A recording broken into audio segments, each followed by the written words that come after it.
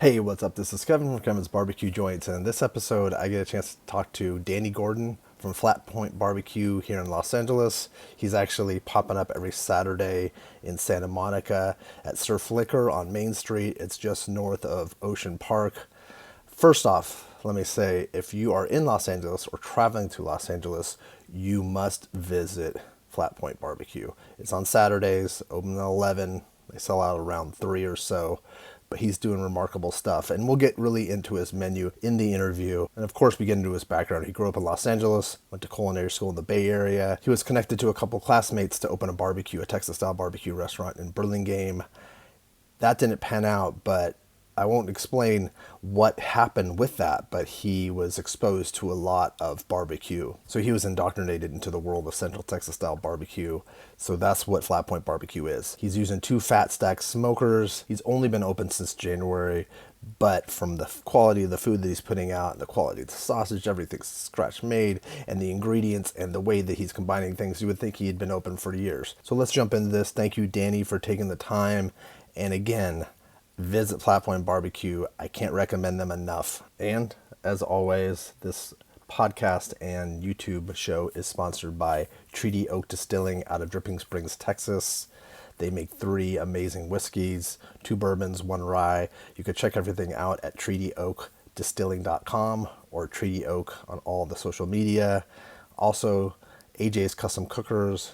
He's a pit builder in Saginaw, Texas, doing amazing work. Available at ajscustomcookers.com. He's incredibly unique. Can make anything from the regular offset to the most unique live fire stuff. So check him out again at ajscustomcookers.com or AJ's Custom Cookers on social media. And if you're digging these, please subscribe. That way you don't miss out. I do at least 2 of these per week. I have a YouTube show if you're just listening to the podcast at youtube.com/Kevin's BBQ Joints. Tons more stuff. The actual footage of this interview, as well as butcher shops, barbecue joints, sausage making facilities, meat processing plants, lots of cool stuff. And I have a website at kevinsbbqjoints.com, which is launching a renewed version very soon. Check that out on all the social media at Kevin's BBQ Joints. But in the end, thanks for listening. You're really going to enjoy this one. Good evening. How you doing, Danny? I'm doing well, man. How are you? I'm doing well. Do you go by Dan or Danny? Danny. Danny, okay. Danny, yeah. That's what I've called Daniel, you. my grandma calls me Daniel if she's mad at me, or my mom. Okay. But always Danny. And some people call you Dan, I'm sure. I'm sure you get that every so often. Right? Yeah. I get occasional Dan. What's a typical day during the week for you? You know, it's really depends on how busy I am that weekend. Now that we have this pop-up every Saturday, my schedule kind of goes Monday and Tuesday are a little bit slower. I guess Monday would be like my day off, if you will. And then Tuesday through Thursday is really just prepping for Saturday, getting all the sides ready, checking inventory, making sure we have containers, making sure we have sauces ready. Pickles are all caught up to date. Trimming meats, getting things rubbed and prepared for Friday, which is my cook day. So I'll start really early in the morning, around 4 or 5 in the morning, cook everything on Friday, hold it overnight for service on Saturday. And also you're making pastrami too, so you have to deal with that, right? Right. It's not a regular thing, but when I do have it, that does take up a little bit more room in my fridge. I usually brine my pastrami for 20 days, roughly, sometimes a little bit less or more, depending on how big they are. I'll generally do pastrami every 4 or 5 weeks as a special. I'll do a sandwich. I'll do pastrami beef ribs a little more frequently because they don't have to brine as long. But the actual pastrami and the pastrami sandwiches, it's like a month-ish kind of thing that I do. So let's take a step back. Are you from LA?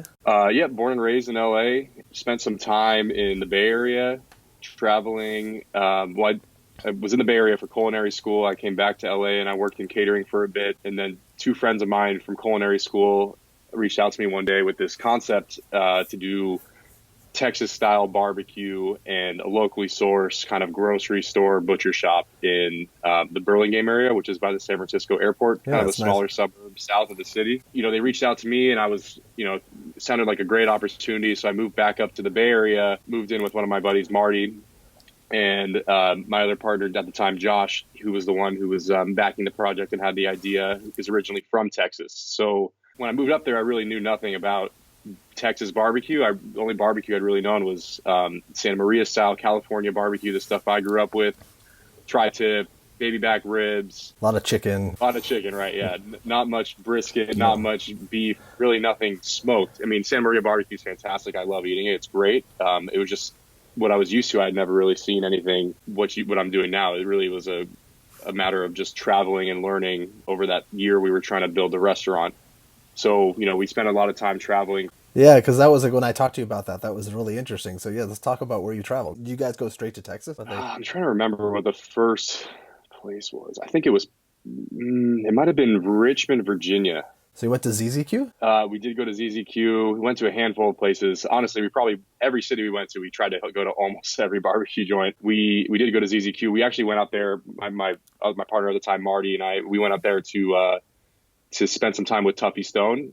And he does his, cool smoke camp and kind of competition-based barbecue classes. So we went out there to take his class, not really knowing what we were getting into. What was that class like? I hate to interrupt you. What was that class? Because I'm so curious. It was actually a great insight into the competition world, which is, I'm sure a lot of guys who listen to your podcast, your videos, are familiar with the competition circuit. But it was really just about your day to day when you're doing these circuits, how you're preparing meats, how you're presenting things to judges. Very, very different from the type of barbecue I do now, the Texas BBQ, which is really just a simple salt and pepper rub. There's a lot more injecting, a lot more styling, if you will. Yeah, it's very specific, and the judges expect something specific. Right, it's a much sweeter profile. Yeah, that's true.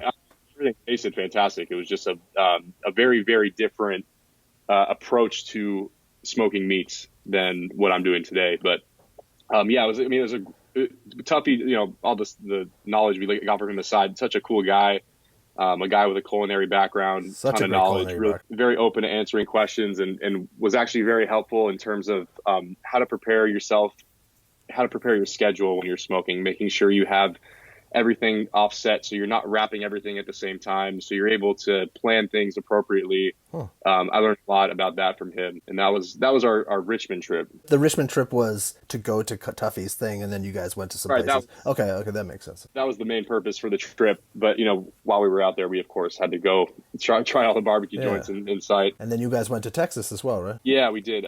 We went to Austin, which is become and has been the mecca of barbecue, in my opinion. Especially the type of barbecue I do, which I would call Central Texas style, very simple, mostly oak, actually always oak, red or white oak out here in California, salt and pepper based rubs, sauce on the side, nothing too sweet. That's kind of the style of barbecue that I've adopted. Obviously we went to the big ones, went to Franklin's La Barbecue, Micklethwait, Curlin Barbecue, Cooper's Barbecue. I mean, we went to literally every barbecue spot in Austin, and each one of them just as good as the next, in my opinion. Fantastic. And obviously spent some time in Lockhart. When you're out there, you got to go to Lockhart. No, it's integral. Yeah. And definitely just when the specific experience I remember is walking into Smitty's Market, which is in Lockhart.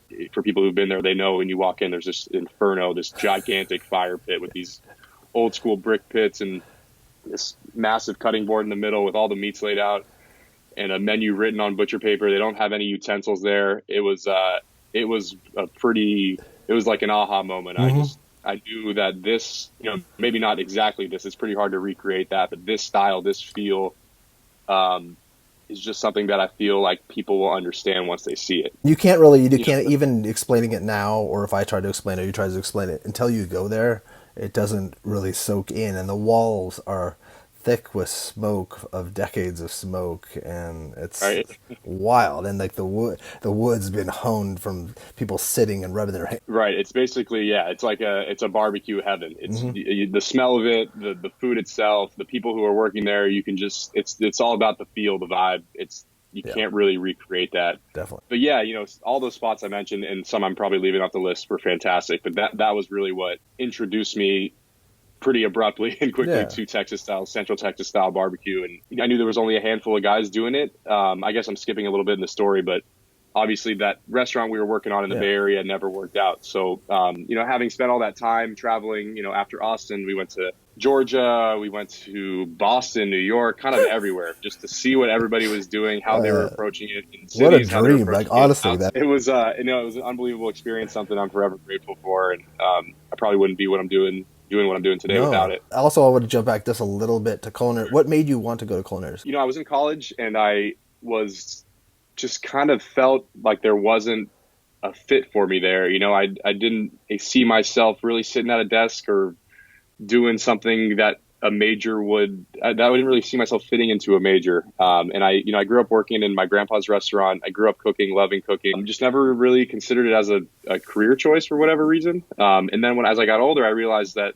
there's no reason why I can't do that for a living. And I figured, why not just go refine my skills and get a formal education, I guess, in the culinary industry, and have someone show me the baseline of what it takes to be a professional. Because, my skills before were really more passion driven and not really about technique and skills. So it really helped me refine my skills and give me a lot of tools, and introduced me to a lot of people that have influenced me in how I run my business now, and how I approach my dishes, and how I approach my prep everything. You could tell just by like hanging out with you and seeing how you have everything set up that you've gone to culinary school, or that you at least have that background, because it's very deliberate what you've done, and also the way you plate your dishes. Would you recommend that culinary school background? Honestly, no. I think it really depends on the person. There was people in my culinary school that are probably not in the industry today. And there are people that never went to culinary school that are doing incredible things in the industry. So I think it really comes down to the individual. And to be completely honest, you learn a lot of baseline skills in culinary school, and I owe a lot of my where I'm at today to that. But a lot of it was learned afterwards, working in kitchens, working in fine dining, working in catering, working in comfort food. Those are the people I've really drawn the most from, people who I've considered mentors. That's where I really learned the most, I think, is the working in the field afterwards, is the hands-on experience. I think like any industry, you can read books and learn and do things in a controlled environment, but once you're thrown into the fire, no pun intended, that's kind of how the answer you've given is the answer that I would expect most people to say. But I was just curious because you did a lot of stuff that you have some fine dining influences in what you're doing. So it's just, and like using the microgreens and things, that's kind of something that I could see maybe came from either culinary school, but probably from the restaurants that you worked at. Yeah, definitely. After culinary school, I promised myself I would never wear a chef's coat and a hat again. I prefer the casual t-shirt, backwards hat environment. But I still don't think there's a reason that casual environments can't produce a little bit more refined, fancier, if you will, nicer looking dishes. So definitely there's some influence. My first job out of culinary school was at a place called Hachi Juhachi in Saratoga in the San Jose area. A Michelin recommended spot, someone, Chef Jin Suzuki, who I can consider a mentor still. Most of my, my plating skills, my techniques in terms of things of knife skills and making sure things are properly washed and clean come from my Japanese education from him. Although it was fairly brief. Yeah, it was, like I said, working and seeing people who have done things for years and years. That's where I get a lot of my influence from. And he to this day, I talk to him regularly. He's a mentor to me. And that style of cooking, obviously I'm not doing Japanese food, but there are certain techniques, certain practices that he implements in his kitchen that I have definitely taken and tried to implement in my makeshift parking lot kitchen whenever I can. Well, that'll eventually get to us at the very end, is a potential brick and mortar, if that's ever down the way. And I'm sure that you have in your mind, even if that was to come, how you would set up your kitchen, how you would set up your walk-in, how you would set everything up. Right. Absolutely. From the restaurant not working out, where did you go from there? I worked. So I was up in San Francisco for a little over a year, probably about 11 months into my stay up there. We ran into some issues with the building. To keep a long story short, it would have probably cost us another handful of hundreds of thousands of dollars and another maybe year of work to just get the restaurant built, after dealing with the landlords, and the brick in the building wasn't properly reinforced. It was kind of a nightmare. So we decided to just kind of shut the whole thing down. So I was kind of left with a decision to make. And I'd still had some time on my lease up there. So I got a job as a cook at this place called Catheads in the Mission District in San Francisco. They're more like a Southern soul food kind of spot. Huh. They do smoked meats. It's a little bit different style. Their influence is not necessarily Texas style.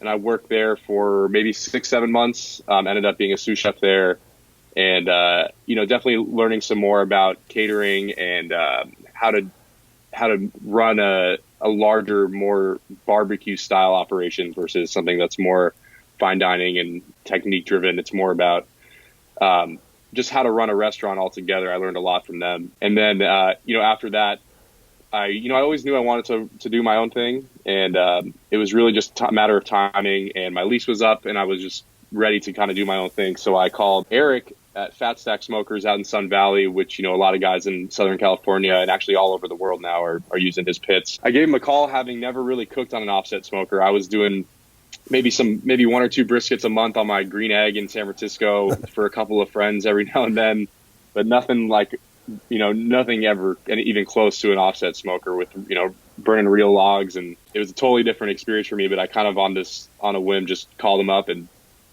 ordered this smoker, a 120 gallon offset smoker, which would have been ready in January, and I was leaving in November. So I got back in December of 2018, and in January 19, I had this smoker in my backyard, and I started playing around with it and just doing 1 brisket and then 2 briskets, and each time learning and started this Instagram page, and Flatpoint Barbecue was born. And I just started basically, it was mostly, it still is a lot of friends and family, but in the beginning it was just, friends and friends of friends. They were like, man, I want to try this brisket. Let me get a couple pounds of brisket this weekend. And it turned into like an every Saturday thing. And then people were like hitting me up to do parties and they're, catering events. And it just kind of slowly, and actually not so slowly, progressed into what it is now, which is still kind of the same thing, just on a much larger scale. So a full-blown pop-up, and we also still do catering. When did you get the second pit? Was that recent?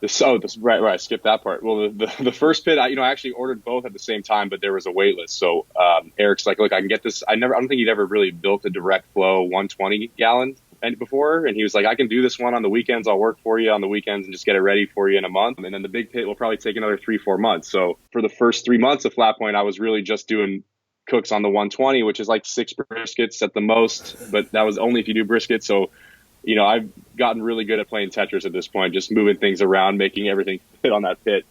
But I think at the most I was doing like 4 briskets and 9 slabs of ribs and 2 butts and a bunch of sausages on there. And it was I would end up feeding like 20 to 30 people every weekend. I would have to do pre-orders just so I could gauge exactly how much I needed to make. I couldn't just kind of open shop. And then the bigger pit came in March, and I had him mount the smaller pit on the bigger pit. So they're basically this, if you see my trailer, it's kind of ridiculous looking. It's a 500 gallon offset with this little tiny, which is actually not so tiny, 120 gallon offset side by side. For the YouTube version, I'll show a photo of that for people. Okay, cool. Yeah, because it's really cool looking. It's interesting. It's intriguing. I've never seen that. Yeah, it's definitely a unique looking pit. So you got the tiny guy and the big boy on the side. But nowadays I'm actually doing everything on the 500. And, actually most times I'm running both pits. I usually use the smaller guy for ribs and sausage and smaller cuts.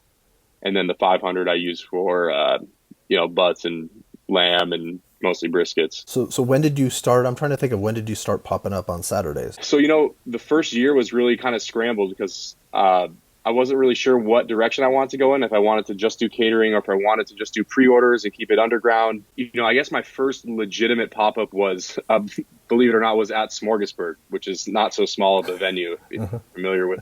Anywhere from 10 to 15,000 people on any given Sunday. They do a barbecue invite-only thing on Labor Day weekend and the following weekend.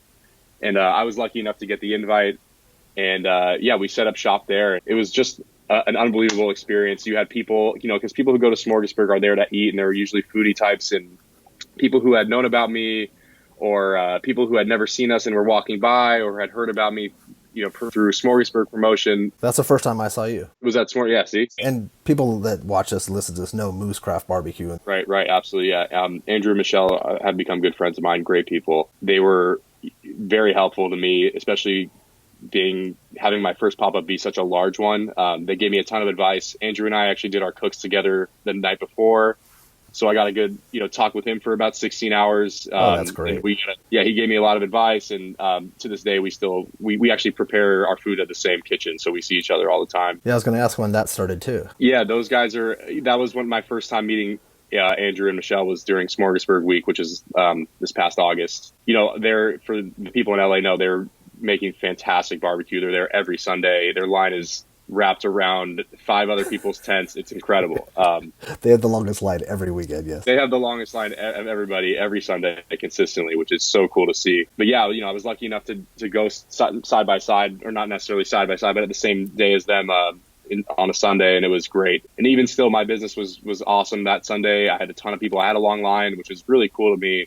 It really just gave me a nice confidence boost that there's enough room in LA for all of us to exist. And, sure. Even a small guy like me, people are interested, and they're coming to find my food no matter where I'm at. If I'm in Hollywood or in Santa Monica or downtown, it's kind of a cult following, and it's getting bigger and bigger. And, back to your question, the Saturday pop-up started this year, 2020. So that was my goal, was to have a regular space where people could find me. So if you're visiting, if you've seen our Instagram and you're not from LA, at least you can plan your weekend around coming and seeing us on a Saturday. And it's a great location with lots of parking. Right. Yeah. There's, it's right on Main Street. It's like in the Santa Monica, Venice border. A lot of foot traffic, people coming from the beach, people going to the beach. And it's a great spot. I actually, I grew up in LA, so I knew of this parking lot. There's not many lots on the street. And I walked into the store one day and asked the owner if he'd ever let anybody pop up here.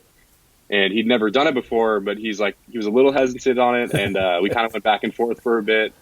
And he ended up just saying, like, all right, man, you can rent the space for me for the day. Just, make sure you're respectful. And that was, before, actually in December. And now we're there every Saturday, and they love it. It's great. It brings them business. The people who were just, before it was a lot of friends and family of mine and people who hadn't seen me from Smorgasburg on Instagram. Now I'm getting a lot of people who live in the apartment buildings nearby, people who walk by. Oh, that's cool. Definitely, exposing me to a whole new audience, which is really great, which was a big part of the reason why I wanted to have a regular pop-up. And now I think we should discuss the menu, because the menu is unique. It's of course it's Central Texas style, but it's with your twist. So what's the staple for the proteins? Obviously brisket, spare ribs, pork spare ribs, pulled pork. We do turkey. We do the staples the specials have kind of made their way into becoming staples. So now we have like pulled lamb shoulder has become a staple because people love it. We do obviously, monster Texas beef ribs. We'll do pastrami beef ribs every now and then. But our staples are the Texas barbecue staples. You got ribs, pulled pork, brisket, turkey. Those are the main ones. And then what I, always loved was a good sandwich. And to me, that's, I think, what makes us stand out the most is our unique sandwich menu. We got about 6 or 7 sandwiches on the menu with a special at any given day. That's kind of where the refinement comes in. So obviously our sandwiches are using our smoked meats. So we got like a spicy Caroline sandwich, which is pulled pork with our homemade mustard sauce, but it's got fresh cilantro and jalapeno on there. So it's kind of got like this weird Southeast Asian Mexican flair to it, but it just works and it's great. People love that. The Flatpoint special, which was the first sandwich I ever did when I was doing backyard pop-ups, which is just a smoked brisket on a brioche with a roasted garlic aioli, homemade dill pickles. All of our pickles are made fresh. And then we have crispy shallots on there as well. Thank you. Yeah. And then, we got some weird ones. Like I'll do like a smoked lamb pita, which is crazy. I'll smoke some eggplant, make a baba ganoush with that. I'll make homemade harissa. We do like tzatziki on there with cilantro and fresh mint, fresh cucumber and some dill and a little bit of lemon. So, we take, a lot of it is, I really wanted to stay true to Texas barbecue in terms of the way I smoke and the approach and the rubs and the meats I use, but the derivatives and things that have evolved from those smoked meats, like the sandwiches and the specials, I think that getting kind of wild with those is what keeps me interested and keeps me going. I love doing the weird sandwiches and kind of pushing the boundaries with that. Well, and also too, you're doing scratch-made sausage. Of course, yeah. Everything's from scratch. We don't, I don't like to cut corners or anything. I think a lot of the guys who do barbecue understand that there's really no way to speed up the process of smoking. So I don't think there's a reason to cut corners anywhere else. So everything's made from scratch. All of our sauces are made from scratch. All of our sausages, all of our pickles, everything except for the buns, which we get from a local bakery, which are made fresh every morning. Everything's made from scratch. So that's really important to me, is to take the time to make things high quality. Although we're serving out of a parking lot, I want people to have legitimately exciting culinary experience when they come see us. The two sausages that you have two at any given time, right? Usually, it's usually the one, which is our Serrano cheddar sausage, which is just like a lot of people do a jalapeno cheddar. So I do a Serrano cheddar. It's very simple. I've dreamt about it's it a sausage. It's definitely one of my favorite, probably one of the first things I ever made, actually. And the recipe hasn't changed at all. So it's been that since day one, but it's my go-to sausage. It's just a Serrano. There's a little bit of jalapeno in there, some garlic, salt and pepper, sharp cheddar, really simple, and a pork casing. And then I'll do some alternative sausage. I do like a hazy IPA sausage, which is kind of like a hot link. It's a cured sausage, so it has that nice red color to it. A little bit different flavor, a little sweet, got a nice kick at the end. I got a few that I'm working on right now that I haven't released yet. Okay. They're coming soon. Some stuff with wild boar, some stuff with some broccoli rabe, some weird stuff. Oh, that's interesting. Like a nod to Philadelphia. Yeah, something like that. Interesting. They're coming got to get them, all the kinks worked out. That's cool. And then also, too, what about you have some fermented things, and you also have the mustard seed. Pickled mustard seed. It's kind of like a poor man's caviar, if you will. It's actually a really simple recipe. You basically take just dried mustard seeds, you rehydrate them, and then brine them just like you would a pickle. And I use those for a garnish for the pastrami beef rib. I think they go really well together. Visually, it looks really appealing.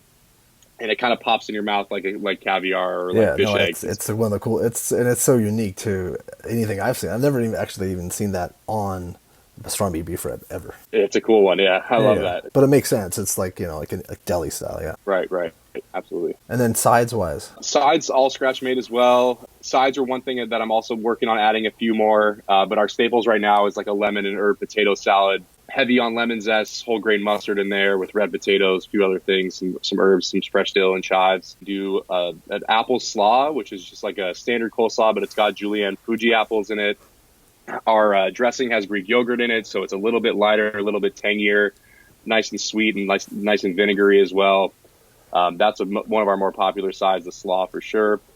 We do like a barbecue baked beans on the sweeter side with some caramelized onions in there as well. And if I do have some scrap meats, I'll actually do a pulled pork or brisket baked beans depending on the week. Usually they're vegetarian, and then we do our house-made dill pickles as well. It's all so good, and it's like in most people's mind, you just popped out of nowhere. Like that's kind of big, and maybe it's just because people just didn't know about you. But you've come a long way to get to where you are. But now are you enjoying it? I love it, all of it, everything, even the long days, the long nights, it's great. The whole process is amazing. The fact that people are now learning our name and it's getting busier every weekend. People are spreading the word, telling their friends, bringing their family. It's couldn't ask for anything more, man. It's unbelievable. I actually can't believe how far it's come in such a short amount of time. It seems like yesterday I was just doing a brisket out of my backyard, and now it's become a full kitchen every weekend, and it's unbelievable. I'm really happy. The food's so good. And what time you guys? You open at 10, right? We open at 11 o'clock. I got there. We get there at about 9:30 to set everything up. It's about an hour and a half. But 11 o'clock we're open, ready to go, and we sell out around 3:30 or 4 o'clock every Saturday. So if you come around 1 or 2, you can still get food. Generally, yeah. So far, we should have most things. I always tell people to get there earlier, but yeah, if you show up around 12:30, 1 o'clock, we'll probably have everything on the menu. What's the future for you? There's a lot of leaps to take between now and a brick and mortar. Obviously, would love to have my own restaurant one day. LA is an unbelievable food scene. There's people from all different types of backgrounds, all different culinary backgrounds, doing incredible things here. And it's a very young food scene compared to the rest of the country. I feel like the barbecue market, especially, there's not many of us. There's really only a handful of guys doing it. And in terms of brick and mortar, there's really you can count on one hand how many there are. Yeah, I know. It's crazy. Big thing for me is I really love the product on an offset smoker, what you can create with these offset smokers. I haven't really seen on anything else. And I know there's an issue right now in LA with the health department, and they're sort of unfamiliar with these pits because they're just now popping up all over the place. Mm-hmm. And they've never really seen them before. Whereas you go to Austin, we got people in there, have these offset smokers in their backyard. Yeah, you see them as you drive around the countryside, yeah. Right. Yeah, you don't see that as much in LA. So obviously I get a lot of crazy looks when people see my smoker in my driveway. They ask me what it is. And I guess that really extends through everybody in in the health department world in LA. They're kind of figuring things out and finding ways for us to incorporate these smokers into a brick and mortar restaurant. Because right now it's kind of a gray area. I'm definitely some ways away from doing a brick and mortar. I still want to do a lot more with the pop-up. I want to build the brand a bit more, get a lot more people familiar with Flatpoint Barbecue before I go ahead and take that leap. But it's definitely in the back of my mind. It's on the timeline.